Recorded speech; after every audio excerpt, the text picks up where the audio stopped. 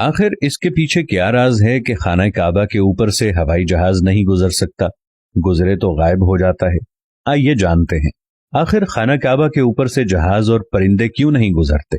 आपको यह भी बताया जाएगा कि क्या खाना काबा जमीन के बिल्कुल दरमियान में मौजूद है और जदीद साइंस इसके बारे में क्या कहती है। हमें मालूम है कि मक्का मुकर्रमा और खास तौर पर खाना काबा की हुदूद के ऊपर से आज तक कोई जहाज नहीं गुजर सका और ना ही इसकी इजाजत सऊदी हुकूमत ने किसी को दी है और ना ही ऐसा कभी देखने में आया है। आखिर इसके पीछे वजूहात क्या हैं? क्या वजूहात ये हैं कि इसके ऊपर से गुजरने वाली हर चीज जल जाती है या कोई और वजह है? सवाल पैदा होता है कि क्या खाना काबा जमीन के सेंटर में मौजूद है। जमीन एक बैजवी यानी अंडे नुमा शक्ल की है और किसी भी बैजवी नुमा चीज का कोई सेंटर नहीं होता। अगर जमीन फ्लैट हो तो इसका सेंटर दरियाफ्त किया जा सकता है, लेकिन एक गोल चीज का कोई सेंटर नहीं होता। जब आप किसी भी गोल चीज को देखते हैं तो उसका दरमियानी नुक्ता तब्दील हो जाता है। दर हकीकत आप इसका कोई यकीनी सेंटर नहीं बना सकते।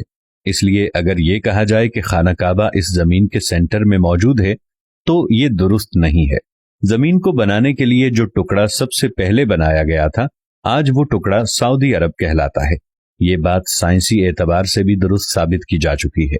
दूसरा सवाल यहाँ ये पैदा होता है कि क्या खाना काबा के ऊपर से कोई जहाज या फिर कोई परिंदा गुजर सकता है। आपने कई बार ये सुना होगा कि खाना काबा के ऊपर से एक जहाज या परिंदा गुजरा जो कि जल गया या तबाह हो गया।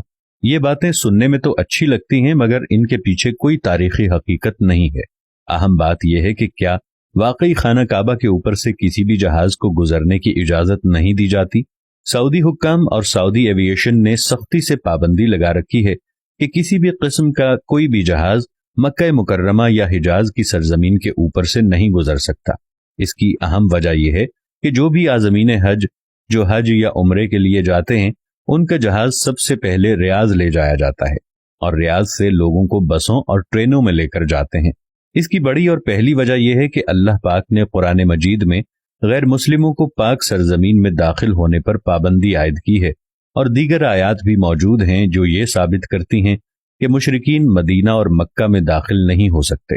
इसलिए किसी भी मुसाफिर तैयारे को हिजाज की सरजमीन में दाखिल होने से रोका जाता है, क्योंकि हो सकता है कि उन मुसाफिरों में कोई गैर मुस्लिम भी मौजूद हो और यही वजह है कि सरजमीन हिजाज को दुनिया भर की तमाम एयरलाइनों के लिए नो फ्लाई जोन करार दिया गया है।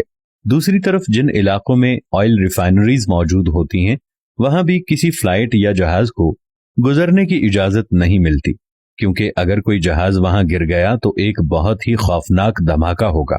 मक्का मुकर्रमा एक इंतहाई अहम जगह और जहाजों को इसके ऊपर या करीब भी नहीं आने दिया जाता कि खुदा न खास्ता कोई मुशरिकीन या काफिर और दहशतगर्दी के अनासिर जहाज को हाईजैक करके मस्जिद हराम में लाकर मार दे।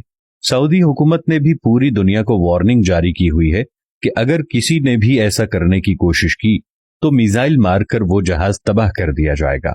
किसी जहाज को आने की इजाजत नहीं। अगर आप देखें कि जहां मक्का में मुसलमान इबादत करते हैं, अगर कोई जहाज वहां से गुजरे तो मुसलमानों की इबादत में खलल पैदा हो जाएगा। अभी तक तो ऐसा वाकया होने नहीं दिया गया और न कभी देखा गया है कि कोई जहाज गुजरा जो जल गया या तबाह हो गया हो।